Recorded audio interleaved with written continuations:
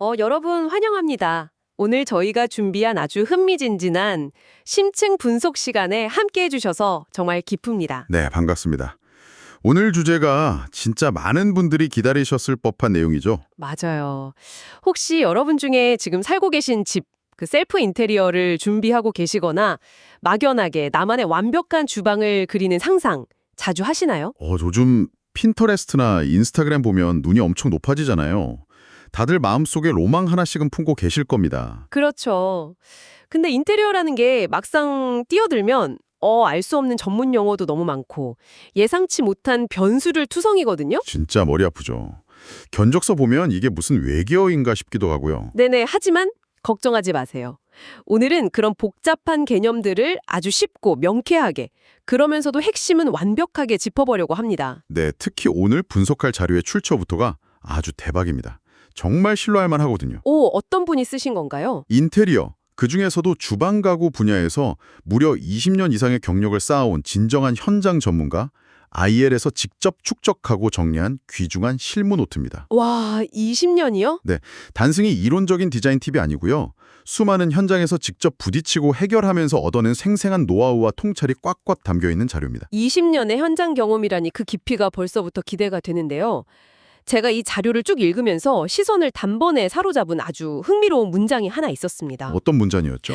인테리어의 꽃이 조명이라면 주방 가구는 인테리어의 중심이자 핵심이다. 바로 이 부분이었어요. 아, 그쵸. 아주 명문입니다. 보통 인테리어를 한다고 하면 거실에 놓을 널찍한 소파나 침실의 아늑한 무드를 먼저 떠올리기 마련이잖아요.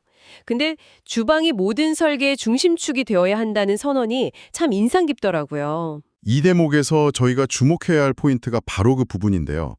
과거의 주거 형태를 한번 생각해보면 가족 생활의 중심은 언제나 거실의 텔레비전 앞이었어요. 그렇죠. 다 같이 모여서 드라마 보고 과일 깎아 먹고. 네, 그때 주방은 그저 요리를 하기 위해 벽을 보고 서 있는 다소 단절된 기능적인 공간에 불과했거든요. 엄마 혼자 뒤돌아서 설거지하는 그런 이미지였죠. 맞아요. 하지만 현대 주거 생활의 패러다임은 완전히 바뀌었습니다. 이제 사람들은 큼직한 아일랜드 식탁을 딱 중심에 두고요.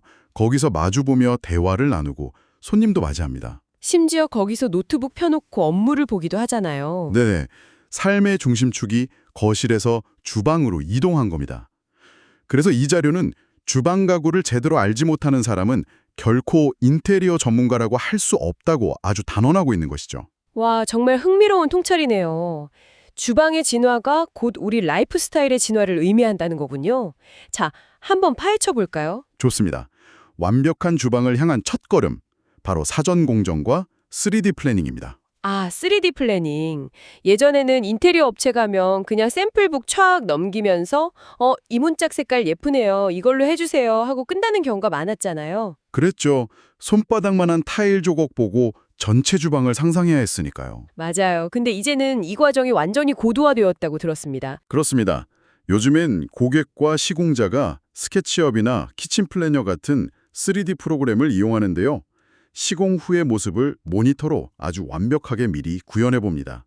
여기서 흥미로운 점은 네. 이 3D 렌더링 작업이 AI와 디지털 기술이 발달한 지금 시대에는 더 이상 해주면 좋은 부가 서비스가 아니라는 점입니다. 아, 그럼 필수라는 건가요? 네, 이건 오해와 분쟁을 막기 위한 가장 완벽한 방패이자 필수 공정입니다. 완전 공감해요.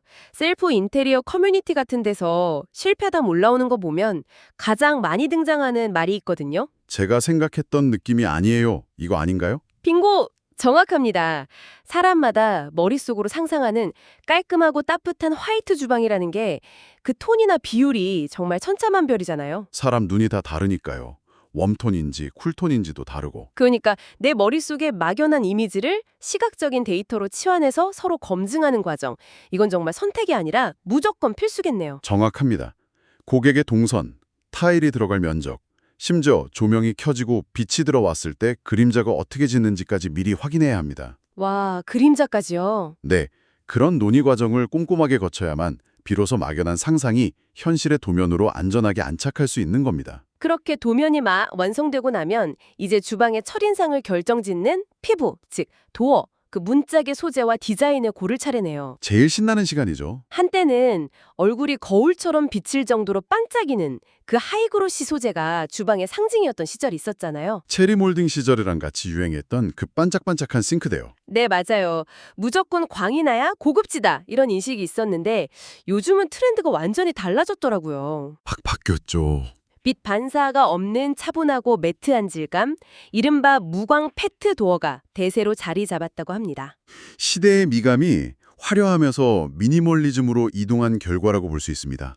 이 페트 소재가 본래 음료수 페트병에 쓰이는 그 친환경 소재거든요. 아, 우리가 아는 그 페트병이요? 네, 그걸 가구 표면에 열로 압착해서 만드는 겁니다. 도장, 그러니까 페인트를 칠한 제품은 질감이 진짜 고급스럽지만 가격이 너무 비싸고 스크래치 관리도 까다롭거든요. 돈이 문제죠, 항상. 반면에 18mm 두께를 표준으로 하는 페트도어는 한솔 스토리보드나 예림 같은 검증된 브랜드 제품을 사용할 경우 내구성도 아주 뛰어나고 오염에도 강합니다. 김치 국물 튀어도 쓱 닦이면 끝이니까요. 그렇죠. 무엇보다 특유의 차분하고 고급스러운 무광 텍스처가 요즘 사람들이 선호하는 그 간결하고 세련된 인테리어와 완벽하게 맞아떨어집니다. 실용성이랑 미학을 동시에 꽉 잡은 소재군요. 근데 도어의 겉모습 못지않게 이 ILL 자료가 아주 깊게 파고드는 디테일이 하나 더 있습니다. 네, 어떤 부분이죠? 바로 높이라는 인체공학적 요소입니다. 보통 인조 대리석 상판을 포함해서 하부장의 높이가 아주 오랫동안 870mm로 고정되어 있었다고 하더라고요. 네, 과거 한국인의 평균 체형에 맞춰진 표준 규격이었죠. 87cm. 네네. 하지만 세대가 바뀌면서 사람들 평균 신장이 눈에 띄게 커졌잖아요. 엄청 커졌죠. 그런데도 여전히 현장에서는 관성적으로 그냥 870mm를 고집하는 시공자들이 많습니다. 진정한 전문가는 바로 여기서 차이를 만듭니다. 어떻게 달라지나요? 주방을 주로 사용하는 사람, 즉 여러분의 신체 사이즈를 꼼꼼하게 파악해서 필요하다면 하부장 높이를 900mm로 조정하는 세심함을 발휘해야 합니다. 아, 3cm를 올리는 거군요. 네, 매일 구부정하게 서서 설거지를 하다가 허리 통증을 얻는다면 그거 아무리 예쁜 주방이라도 완전히 실패한 설계니까요. 와, 뼈 때리는 말씀이네요. 공간이 사람에게 맞춰져야지 사람이 공간에 억지로 몸을 구겨 넣으면 안 된다는 철학이 엿보입니다. 발끝의 디테일도 진짜 재미있어요. 아, 걸레바지 말씀하시는 거죠? 맞아요. 하부장 맨 아래 발이 쏙 들어가는 걸레바지 부분이요. 예전엔 이 걸레바지가 170mm 정도로 꽤 두꺼웠는데 요즘은 가구를 더 길고 슬림해 보이게 하려고 이걸 150mm로 확 낮추는 추세라고 합니다. 비율을 조정하는 거죠? 다리가 길어 보이게. 맞아요. 자, 그럼 시선을 조금만 위로 올려볼까요? 여기서 정말 흥미로워지는 부분은 요즘 인스타그램 예쁜 주방 사진들을 보면 공통점이 딱 하나 있습니다. 천장과 상부장 사이에 있던 두터만 테두리, 일명 몰딩이 아예 사라졌다는 겁니다. 이른바 무몰딩 혹은 밖에서 보이지 않게 숨기는 히든 몰딩 시공법입니다. 네, 옛날 집들은 천장에 무조건 두꺼운 나무 판자 같은 게 붙어 있었잖아요. 그렇죠. 과거에는 벽이나 천장이 고르지 못한 부분을 감추려고 70mm 이상의 두꺼운 몰딩을 덧댔거든요. 근데 이 몰딩을 없애버리고 천장에서 가구의 선이 그냥 그대로 뚝 떨어지게 만들면 깔끔하겠네요. 네, 시각적인 노이즈가 싹 사라집니다. 공간이 훨씬 넓어 보이고 층고가 높아 보이는 효과를 주죠. 착시 효과 같은 거군요. 맞습니다. 일반적인 아파트 천장 높이가 2300mm인데요. 상부장과 하부장 사이의 타일 면적을 얼마나 시원하게 확보하느냐에 따라 주방 전체의 개방감이 결정되는 아주 정교한 비례의 마술이라고 할 수 있죠. 최대화하기 위한 진짜 치밀한 계산이었네요.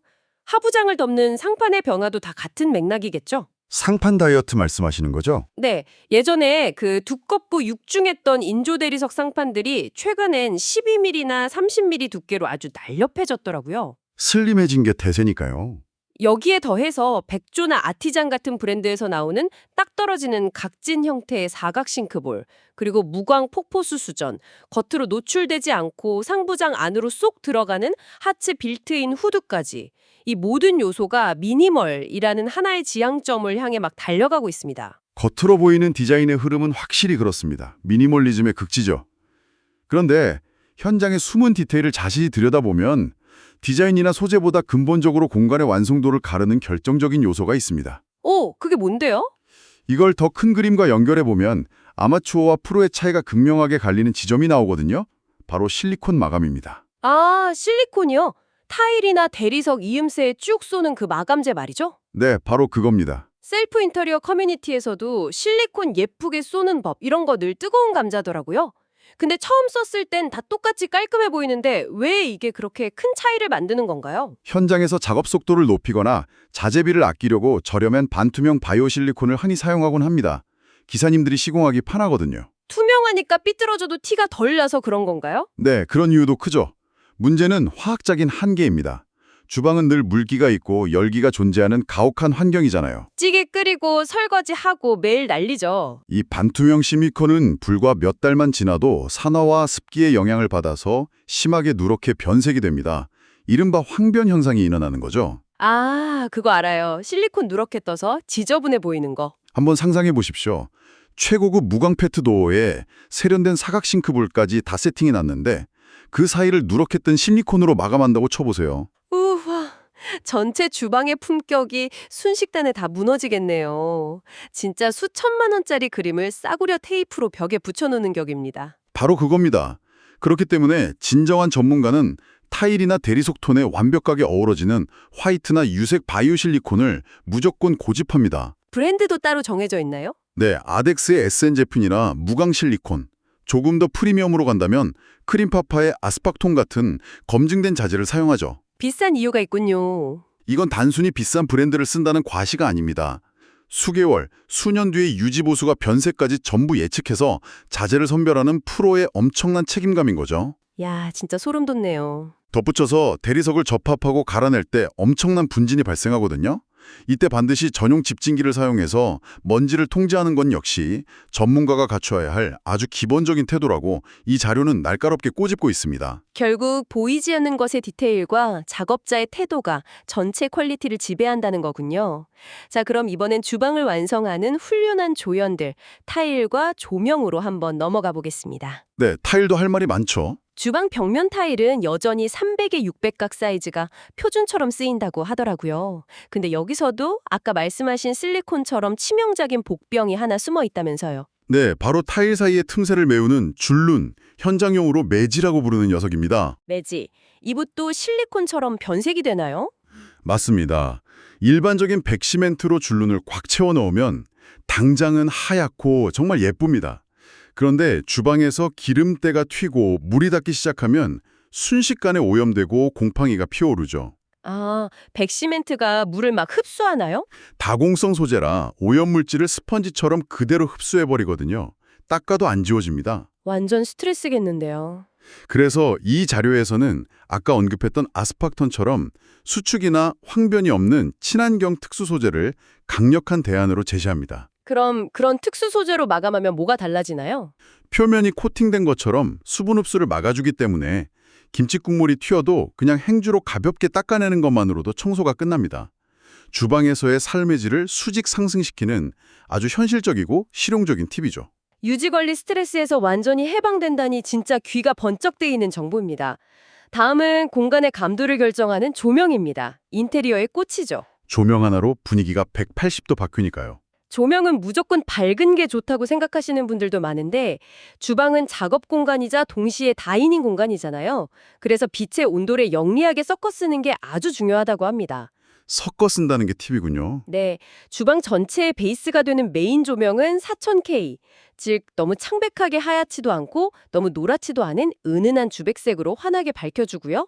4000K 주백색? 네, 그리고 상부장 아래 그 싱크대 상판을 직접 비추는 간접 조명으로는 얇은 LED파를 딱 설치해서 3000K의 따뜻한 전구색을 적용하는 겁니다. 아, 3000K 전구색이요? 요리할 때는 밝게 켜고 밤에 와인 한 잔 곁들일 때는 메인불 다 끄고 상부장 아래 조명만 딱 켜서 분위기 있는 밭처럼 연출하는 거죠. 실용성과 무드를 동시에 완벽하게 충족시키는 조도 설계네요. 그런데 이렇게 아름답고 분위기 있는 주방이 짠하고 완성되었다고 다 끝난 게 아닙니다. 이건 중요한 질문을 던지게 하죠. 어떤 질문인가요? 시각적인 만족감을 넘어서 생명과 직결된 안전이라는 아주 현실적인 문제와 마주해야 하거든요. 특히 아파트 주방 인테리어 하실 때 절대 간과해서는 안 되는 법적 의무사항이 있습니다. 안전이요? 가구 예쁘게 교체하고 조명 다는 그런 미적인 영역에 법적인 문제가 얽혀 있다는 말씀이신가요? 네, 바로 소방법입니다. 기존 아파트의 주방 후드를 딱 열어보면 안쪽에 주방 확산 소화기라는 장치가 의무적으로 설치되어 있습니다. 아, 그 동그란 센서 같은 거 말씀하시는 거죠? 맞습니다. 화재 발생 시에 열을 감지해서 자동으로 소화액을 분사해주는 핵심 안전장치죠.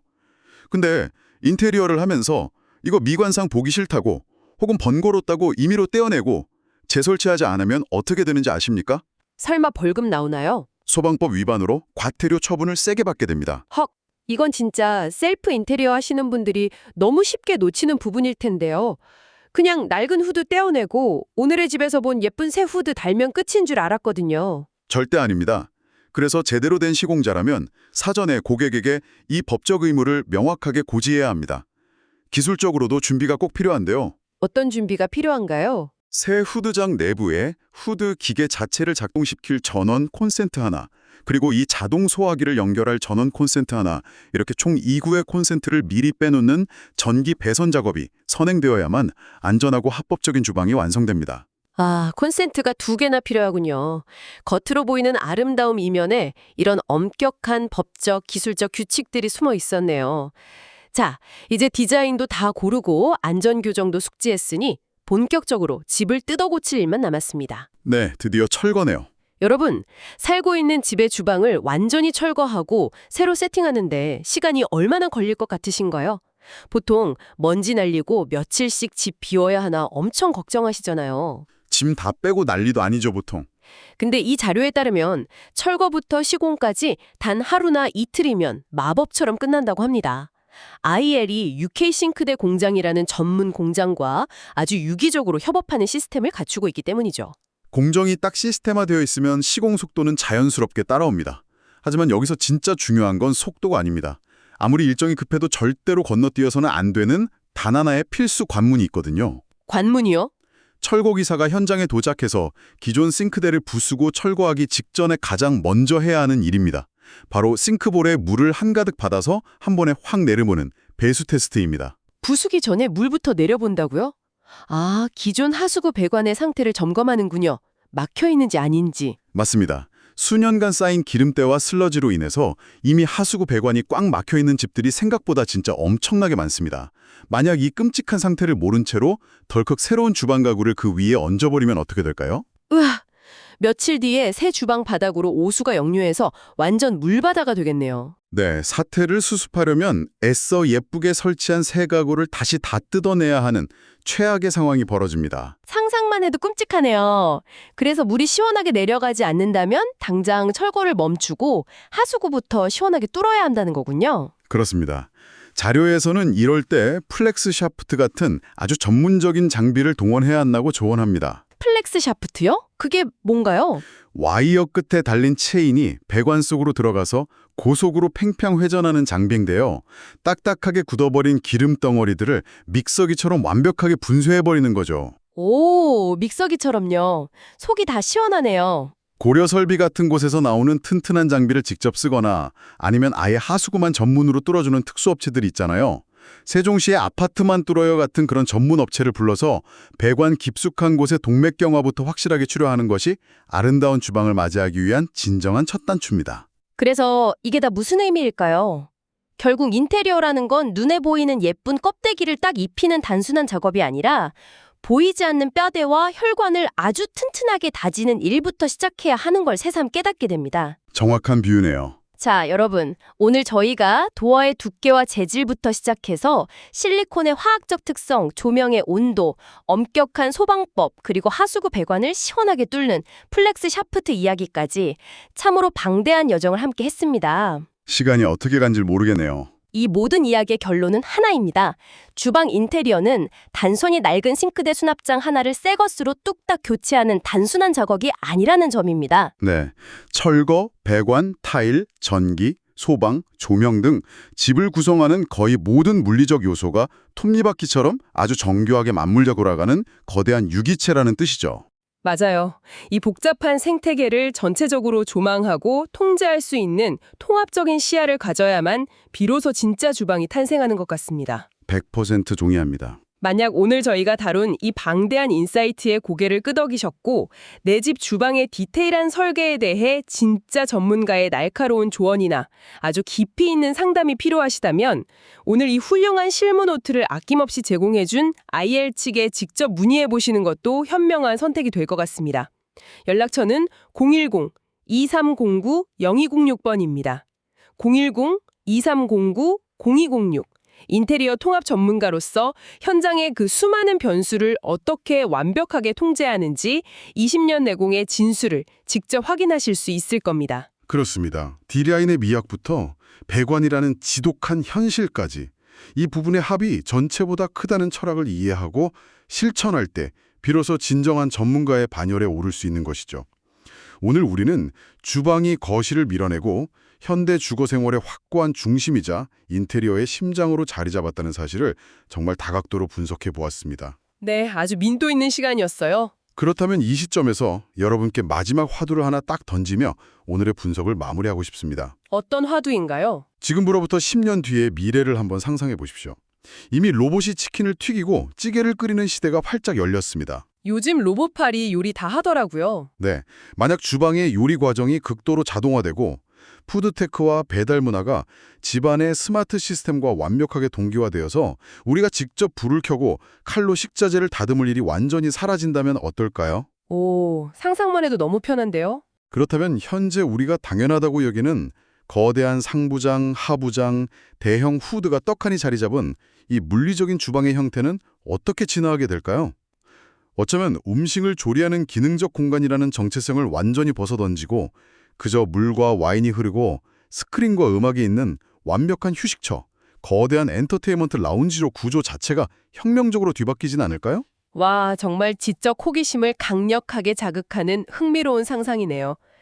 불과 20, 30년 전만 해도 주방이 집 안쪽 으쓱한 구석에 숨겨져 있던 노동의 공간이었다가 지금 집의 메인 스테이지가 된 것을 생각하면 앞으로 10년 뒤의 변화는 우리 상상을 훌쩍 뛰어넘을지도 모르겠습니다. 네, 구조가 아예 해체될 수도 있죠. 미래의 주방은 과연 어떤 모습으로 우리 삶을 담아내게 될지 오늘 밤 여러분 스스로 이 질문에 대한 답을 즐겁게 고민해 보시길 바랍니다. 공간을 깊이 이해하면 우리가 살아가는 삶의 방식이 보입니다. 오늘 저희가 준비한 깊이 있는 탐구 시간은 여기까지입니다. 여러분의 상상력이 듬뿍 담긴 예쁘고 안전한 공간, 완벽한 주방의 완성을 응원하면서 저희는 이만 인사드리겠습니다. 끝까지 함께해 주셔서 감사합니다. 감사합니다. 일상 속 숨겨진 디테일을 하나하나 발견하는 통찰력 가득한 하루 보내십시오.